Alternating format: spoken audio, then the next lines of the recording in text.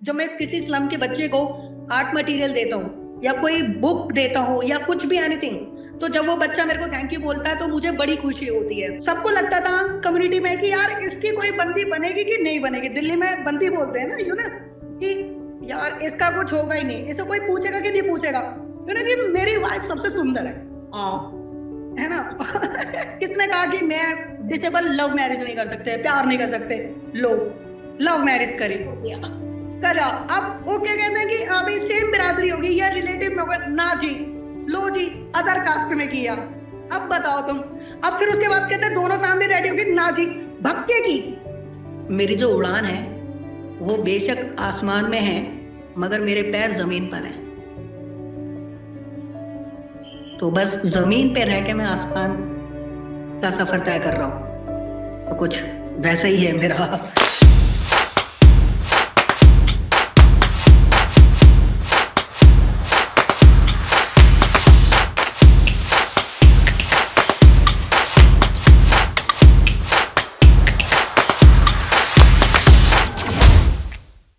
Hello, everybody. I am Shweta Mantri. Welcome to one more episode of Atypical नजरिया। मेरे साथ आज फिर से एक बहुत स्पेशल गेस्ट है, उनका नाम है Niyaz Hussain. Hello Niyaz, welcome to our show. Hello.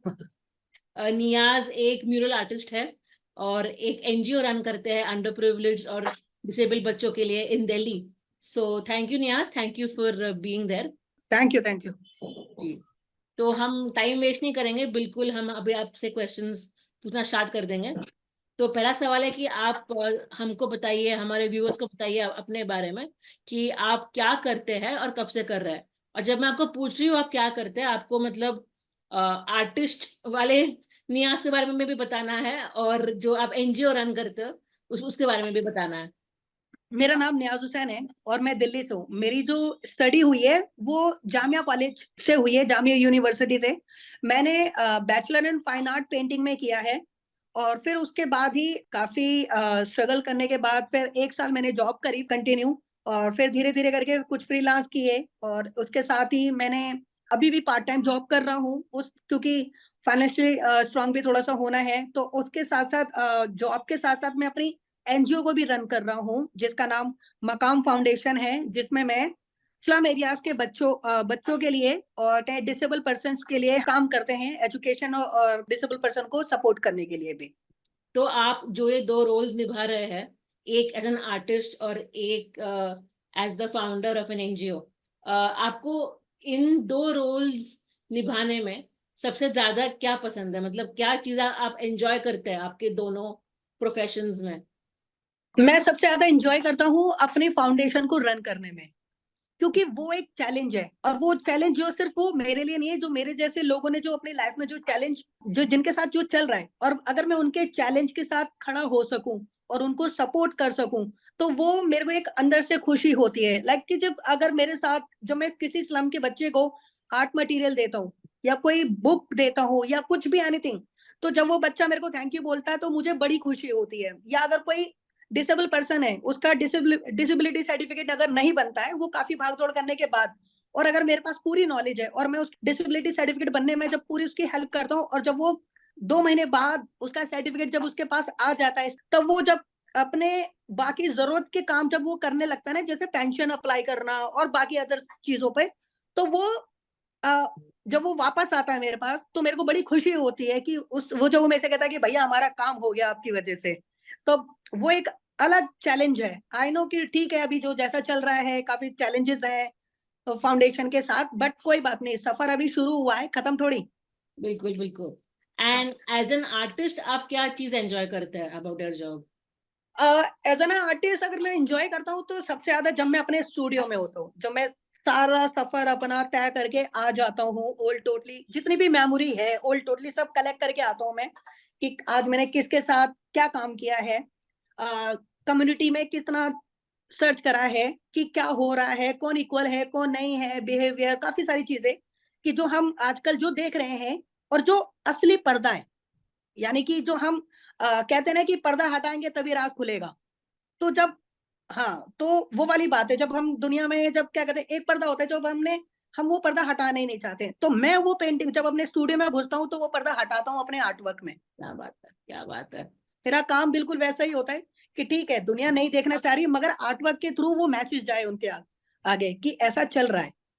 सिर्फ इक्वालिटी बोलने से काम नहीं चलेगा, आप नजरिया तो देखिए जरा कि कहाँ जा रहा है। पोएट्री भी करते हैं आप? बस निकलता रहता है कुछ ना कुछ। क्या बात है। व्हाट इज योर डिसेबिलिटी, कब से है? बाय बर्थ तो नहीं हुआ मुझे, क्योंकि मैं जब 2.5-3 साल का था तो थोड़ा सा बीमार पड़ा और फिर उसके बाद मेरी पूरी बॉडी पैरालाइज्ड हो गई, क्योंकि डॉक्टर ने मेरे को जब इंजेक्शन लगा दिया तो उस टाइम बहुत बुखार था मुझे। और फिर उसके बाद जो इंजेक्शन रिएक्ट करा मेरे को, तो काफी टाइम तक रहा वो। और फिर उसके बाद बड़ी मुश्किल से मैं थोड़ा सा ठीक हुआ हूँ। और क्या कहते हैं, मेरी जो डिसेबिलिटी है वो लोकोमोटर है, मेरे पैरों में पूरी 100% डिसेबिलिटी है। तो आप सॉरी, कैलिपर और क्रच के साथ चलते हैं?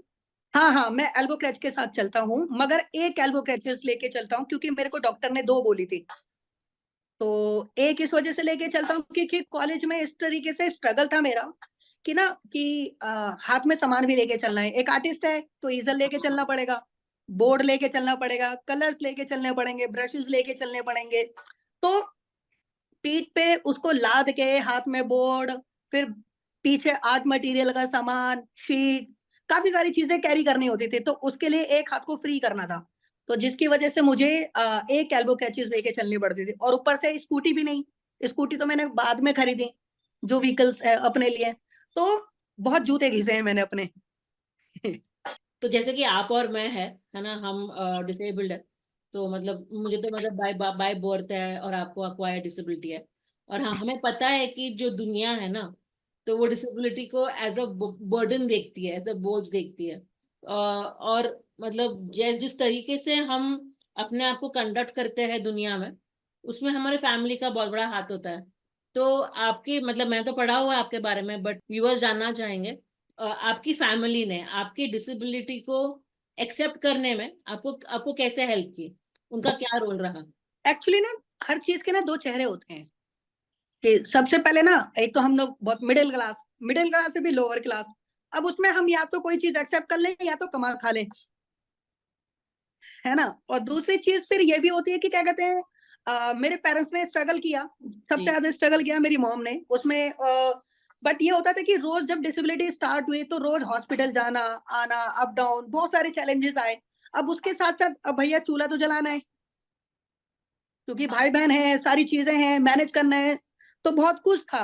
बट हर चीज को एक्सेप्ट करने के लिए पेरेंट्स का क्या है, पेरेंट्स तो हमेशा सीधे यही बोलेंगे, भाई औलाद है फेंक नहीं सकते, है ना। बट सबसे बड़ा चैलेंज था रिलेशन में, रिलेटिव हमारे या हमारी सोसाइटी की कैसे जिएगा कैसे रहेगा। तो बट और उसके साथ जब मेरी मॉम को पता लगा कि हाँ, कि एक्सेप्ट उन्होंने बहुत पहले जैसे ही हुआ, कुछ टाइम के बाद शौक तो थी वो, मगर उन्हें ये पता था कि मुझे इसे थोड़ा सा कुछ ना इस लायक बनाना है कि ये बस अपने काम कर सके। बिल्कुल। जैसे मैंने पहले ही बताया कि यानी कि एक डिसेबल पर्सन के लिए ना काफी सारे चैलेंजेस होते हैं। वो अपने खुद के पर्सनल काम ही नहीं कर सकते, वो वॉशरूम में नहीं जा सकते हैं, वो उनको किसी ना किसी की जरूरत पड़ती रहेगी। तो उन्होंने मेरे को इस लायक बनाया कि एक बारी मैं खड़ा हो जाऊं, चाहे वो उसमें कितना भी सफर हो जाए, टाइम लग जाए। तो मगर उन्होंने यही कहा कि नहीं, मेरे को इसको इस लायक बनाना है। तो वो एक्सेप्ट करने के बाद वो मुझे हमेशा भाग दौड़ करती रहती थी, डॉक्टर से मिलती थी, थेरेपी थेरेपी में क्या कहते हैं, सारी चीजें वो करती थी, पता रहता था उनका। तो जब वो आती थी उस थेरेपी को फॉलो करना, कैलिपर्स पहनाना, मेरे पैरों में पत्थर तक बांध के रखती थी कि पैर सीधे रहे मेरे। तो ऐसा वो चलता था हाँ, उनका इस तरह। बेसिकली काफी एफर्ट रहा है। बहुत बहुत, और वो भी 2-4 दिन का नहीं एफर्ट है, वो एक बिल्कुल, लंबा सफर है। समझ तो सकते हैं। जी हाँ, जी। तो वो लंबा सफर यानी कि ये है कि मैं अभी श्वेता जी से बात कर रहा हूँ, उसका रिजल्ट है ये। आई एम वेरी ऑनर्ड कि मैं आपसे बात कर रही हूँ, बिकॉज मैंने आपकी पेंटिंग्स भी देखी, म्यूरल्स देखे, तो मतलब मजा ही आ गया मुझे देख के।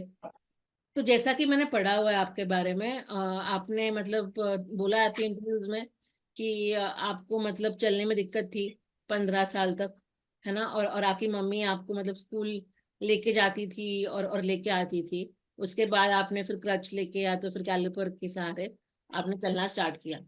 तो जैसे मतलब जब आप बड़े हो रहे थे, तो उस टाइम पे आपकी लाइफ में कौन से बैरियर्स थे, और अभी जो आप काम कर रहे हैं, मतलब कि इंडिपेंडेंटली आप काम कर रहे हैं, आपका मतलब आप बाहर जाते हैं, म्यूरल्स करते हैं, एनजीओ रन करते हैं, तो यहाँ पर भी कौन से बैरियर्स हैं? ये जो दो टाइप के बैरियर्स फेस किए हैं आपने, आपने उनको कैसे टैकल किया? ओके, इसमें ना मैंने बैरियर्स तो काफी थे, हर एक स्टेज पे बैरियर है। मेरा जब मैं 4th स्टैंडर्ड में था, मेरी मॉम ने मेरा ऑपरेशन कराया था सन स्टीफन में, कि उनको लगा था कि मैं किसी तरह चल जाऊंगा, किसी तरह खड़ा हो जाऊंगा। तो मेरा पैर ना बहुत लचीला होता था, तो मैं हर सेकंड में अगर खड़ा होता था तो गिर जाता था। तो जब 3rd स्टैंडर्ड में मैं मेरा ऑपरेशन हुआ, फिर उसके बाद कुछ टाइम तक मैं घर पे ही रहा, फिर स्कूल जाना बट स्कूल कंटिन्यू रखा उन्होंने मेरा। और फिर उसके बाद मुझे लाना ले जाना, बहुत सारी चीजें होती थी। ये तो फैमिली रिस्पॉन्सिबिलिटी है। मेन चैलेंज होता था स्कूल का, स्कूल का बिहेवियर का। मेरी मॉम क्या करती थी, मेरे को लाती थी, मेरे डेस्क पे बैठाती थी और वापस अपने घर चली जाती थी। इनफैक्ट मैं, मेरा जो लंच है या स्कूल का वॉशरूम है, मैं वहां तक भी नहीं जा सकता था, क्योंकि कोई ले जाने वाला ही नहीं होता था। तो मुझे मेरी मॉम क्या करती थी कि डायपर्स वगैरह जो होते थे वो करके भेज के देती थी मेरे को, कि ठीक है वो थोड़ा सा पर्सनल है बट वो चैलेंज है वो लाइफ में। तो वो क्या करती थी कि डायपर पहना के बैठा देती थी, और शाम को जब 1 बजे के बाद, 12 बजे के बाद स्कूल की छुट्टी होती थी, फिर वो मुझे उठाती थी, वापस घर लेके जाती थी। तो आई नो कि इतना बड़ा चैलेंज है कि 11-12 साल का लड़का, 15 साल का लड़का डायपर पहन के जा रहा है स्कूल में, है ना। फिर वो आके उठाती थी कि इतना बड़ा बच्चा गोद में लेके जाना है। तो वो थी। अब उसके बाद ये होता था कि कोई सपोर्टिव नहीं है, टीचर्स कोई सपोर्ट में नहीं है, दोस्त यार जो है कोई दोस्त यार नहीं है, बैक बेंचर था मैं, सारी चीजें थी। और यानी कि ये कहें कि हर किसी का एक अलग टोन था अपना, कि क्या करेगा, कैसे है। किसी का नेगेटिव है, किसी का पॉजिटिव है, किसी का सहानुभूति है बिल्कुल, जी ना। जी। तो काफी सारी ऐसे फेस करने पड़ते थे। बट मेरे अंदर ना एक वो थी, एक बच्चा था जो एक आर्टिस्ट होता है ना, वो जो चाइल्डहुड वाला मैटर, कि हाँ पीछे बैठा हुआ है अपने नोटबुक में कुछ बना रहा है, कभी स्केच बना रहा है, कभी कॉपी किताबों में बना रहा है। वो सब उसके चक्कर में मार भी बहुत खाई घर पे, बहुत अच्छे से पिटा हूं मैं, बहुत बड़े तरीके से, है ना। तो बट ये मेरी मॉम ने ना मुझे कभी स्पेशल बनने ही नहीं दिया। सही बात। उन्होंने ना, उनका बहुत सिंपल सा फंडा है कि नहीं, ये अगर खड़ा होगा तो 100 लोगों के बीच में खड़ा होगा, नहीं तो नहीं खड़ा होगा, अकेला तो नहीं होने देना ऐसे। तो वो चीज थी, उन्होंने मुझे भीड़ से निकालने की कोशिश ही नहीं करी। और अब अभी जो है, तो आप अभी कौन से बैरियर्स फेस करते हैं? कुछ काम? अभी या हाँ। हाँ, अब मैं बात करता हूँ कि जब मेरा कॉलेज का, यानी कि जब हमारा अडल्ट आया, स्कूल का, सारे दोस्त घूम रहे, जब मैंने थोड़ा सा चलना स्टार्ट किया, एल्बो क्रैचेस आए हाथ में, तो एक होता है कि ना कि दोस्त यार बनने। तो दोस्त अगर बनते हैं, तो अगर कोई बन रहा है, साथ जा रहे हैं, तो उसकी स्पीड तेज है, मेरी स्पीड धीरे बिल्कुल। है ना। तो बहुत सारी चीजें, उसको जल्दी जाना है मगर मेरे को भी जल्दी जाना है, बट मेरी रफ्तार बहुत धीरे। तो बहुत सारी चीजें थी, तो वो काफी दूर होते थे, मैं पीछे धीरे धीरे करके आ रहा हूँ। तो ऐसे चैलेंजेस आए। फिर उसके बाद बात करते हैं, जब हम 16, 17, 18 ईयर्स के हुए, तो ना कि एक एक एज आता है हर एक की लाइफ में ना, एक होता है कि हाँ लड़कियों से प्यार करना है या गर्लफ्रेंड बनानी है, बहुत सारी चीजें होती हैं। तो अब दोस्तों के पास गर्लफ्रेंड, अब मुझे भी, मेरे को लगा कि नहीं भाई होनी तो चाहिए। अब वो बने कैसे, कोई पूछे ही ना। एक ये भी चीज कि भाई कोई पूछने वाला नहीं है, बहुत सारी चीजें। फिर सोचा कि अब करें क्या। तो 12th कंप्लीट हो गया, फिर उसके बाद अब सोचा था कि कॉलेज जाऊंगा, बट कॉलेज नहीं गए, फाइनेंशियल सपोर्ट अच्छा नहीं था। तो फिर सब्जी मंडी चले गए। सब्जी मंडी में भी वही चैलेंजेस, क्योंकि काम ढूंढा तो काम नहीं मिला। तो अब सोचा कि वहां सब्जी मंडी में भी सोचा कि कुछ बैठ के कोई काम मिल जाए, वहां पे मुंशीगिरी का भी काम नहीं मिला। फिर लास्ट ऑप्शन मेरे लिए यही था कि मेरे जो चाचा हैं, वो सब्जी मंडी में काम करते थे।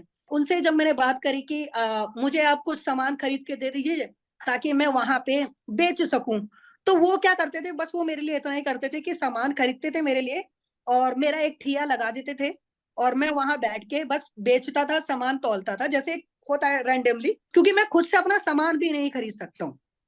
वो एक चैलेंज है, काम भी मुझे करना है और खुद से सामान भी नहीं खरीद सकता हूँ।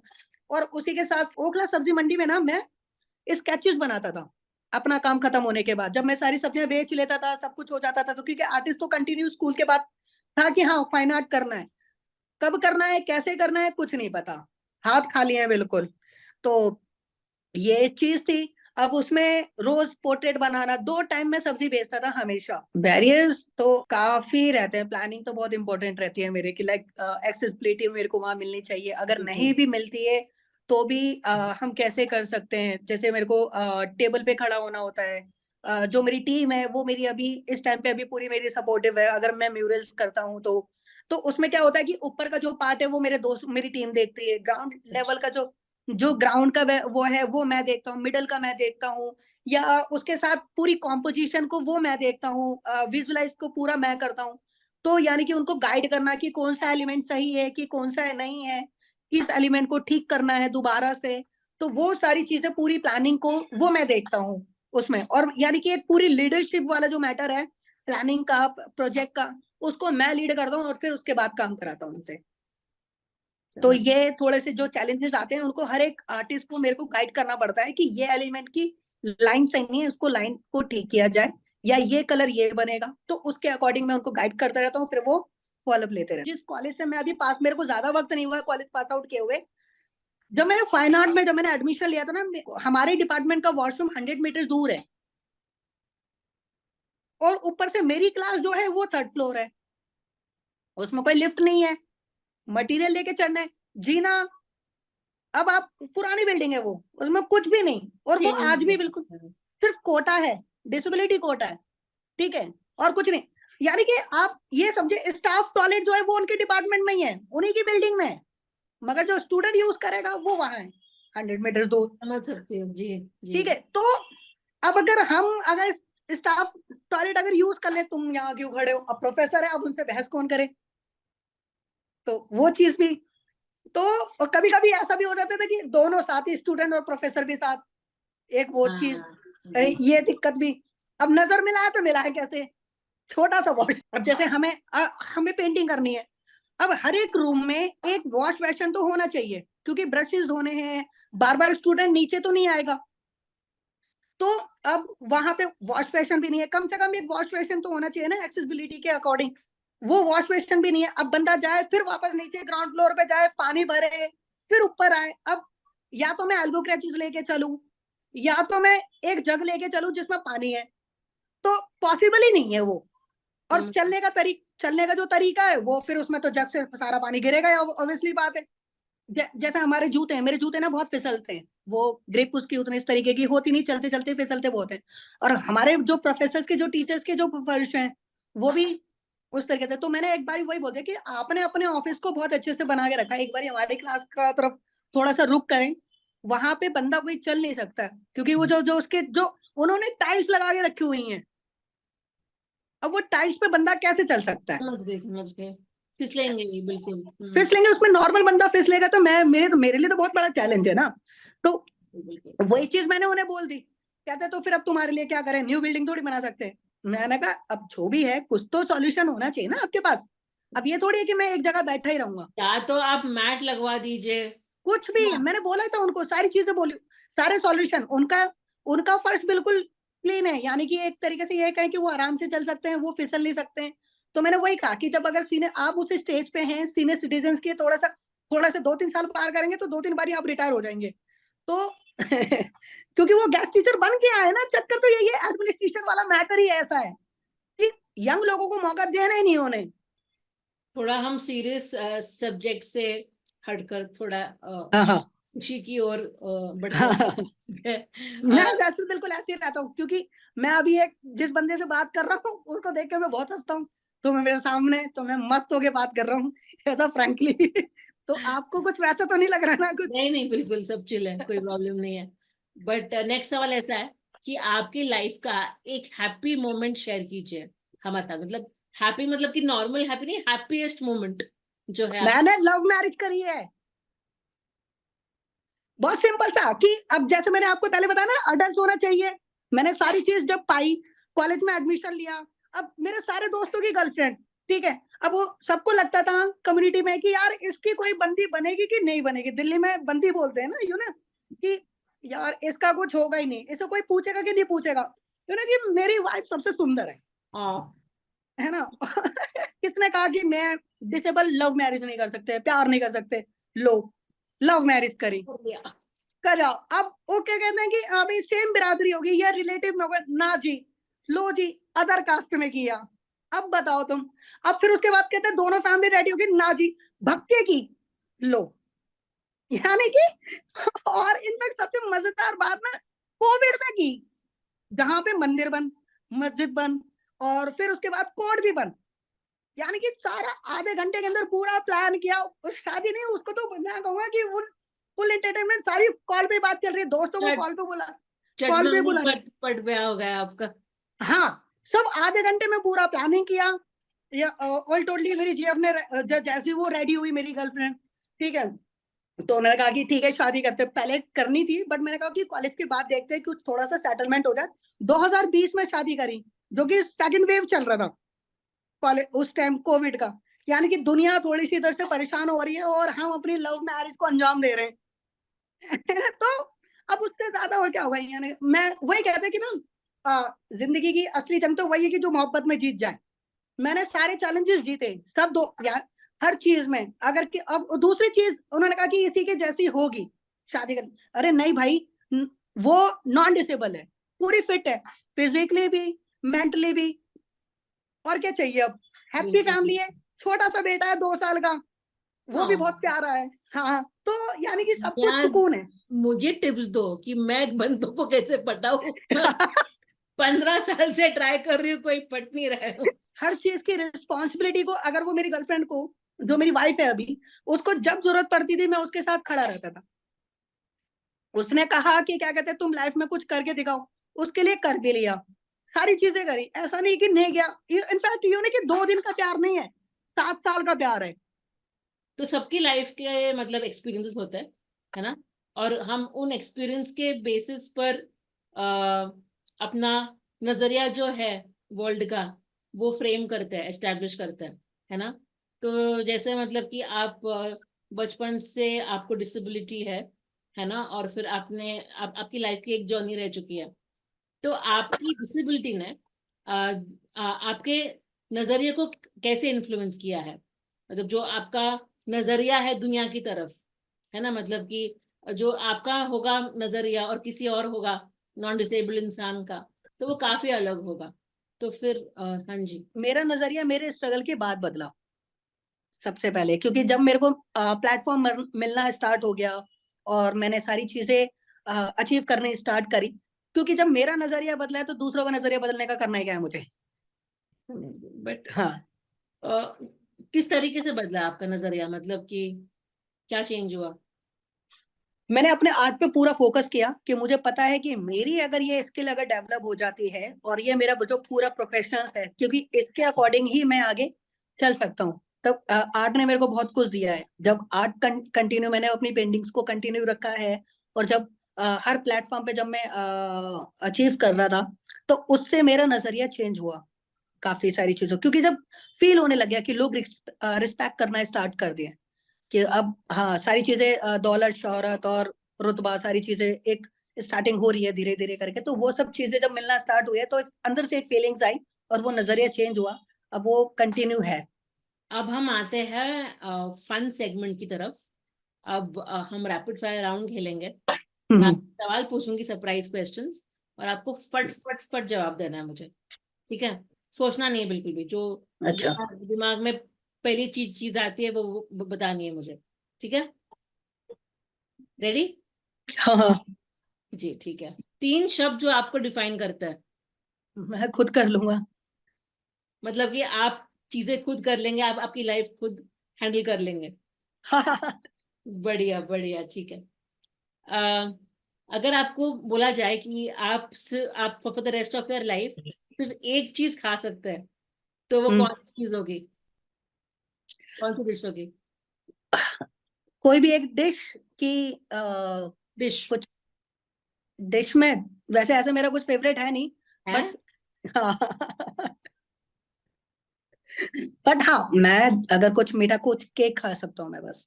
कौन सा केक? Chocolate cake. ठीक है। हाँ, आपके हिसाब से आपकी बेस्ट क्वालिटी कौन सी है? मेरा ज्यादा हंसना। बढ़िया। और नॉट सो बेस्ट क्वालिटी? मेरा खामोश रहना। ऐसे ऑपोजिट कैसे, दो दो दो अलग चीजें? क्योंकि दोनों में ना लोगों को परेशान कर देते हैं कि अचानक से बोलते बोलते चुप कैसे हो गया। कभी ठीक। कभी हमारी खामोशी लोगों को 1000 जवाब दे जाती है ना। हम्म। तो कुछ ऐसा ही है मेरे साथ। अगर आपका दिन थोड़ा सा मतलब लो जा रहा है, ठीक है, हम्म। और अगर मैं आपको दो ऑप्शन दूं, तो आप उन दो में से कौन सा ऑप्शन चूज करेंगे आपका मूड चेंज करने में? ठीक है, या तो हम्म। पेंटिंग करना, म्यूरल ड्रॉ करना, या व्हाट जिस जिस तरह का आर्ट आपको पसंद है, या तो टाइम स्पेंड करना एनजीओ में अब वहां के बच्चों के साथ। तो इन दोनों चीजों में से आप क्या क्या चूज करेंगे? मैं अ, बच्चों के साथ टाइम स्पेंड करना जरूर स्पेंड करूंगा, क्योंकि आर्ट वर्क तो वो तो मेरी लाइफ है।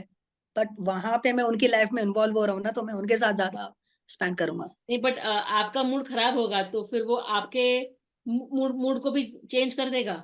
हाँ, क्योंकि जब वो उनका जो शोर जो आएगा ना, वो सुकून होगा। क्योंकि बिल्कुल। जब वो मेरे साथ कुछ ना कुछ क्रिएटिव वर्क करते रहेंगे, और जब मैं उनके साथ कुछ ना कुछ खुराफाती काम करता रहूंगा, तो वो एक मजेदार होगा। बढ़िया। हम्म। अ, तीन चीजें जो आपको मोटिवेट करती हो लाइफ में, जो आपको आगे बढ़ने के लिए मोटिवेट करती हो। 3 चीजें हैं। एक तो मेरी मम्मा, और फिर उसके बाद अ, मेरा बेटा छोटा वाला अली, और तीसरा तो मैं खुद ही। मैं अपना फेवरेट हूँ। हाँ। हम्म। अगर आप खुद के बारे में एक चीज चेंज करना चाहेंगे, बदलना चाहेंगे, तो वो कौन सी होगी? खुद के बारे में अ, ये बड़ा टेंशन वाला सवाल है कि मैं अपने आप को बदल दूंगा तो यानी कि कहीं खत्म ना हो एक चीज जाऊं। नहीं बदलनी, फुल नहीं बदलना है आपको। अ, पूरी तो नहीं। हाँ, मैं कम बोलना छोड़ूंगा एक टाइम के बाद। अच्छा, क्यों?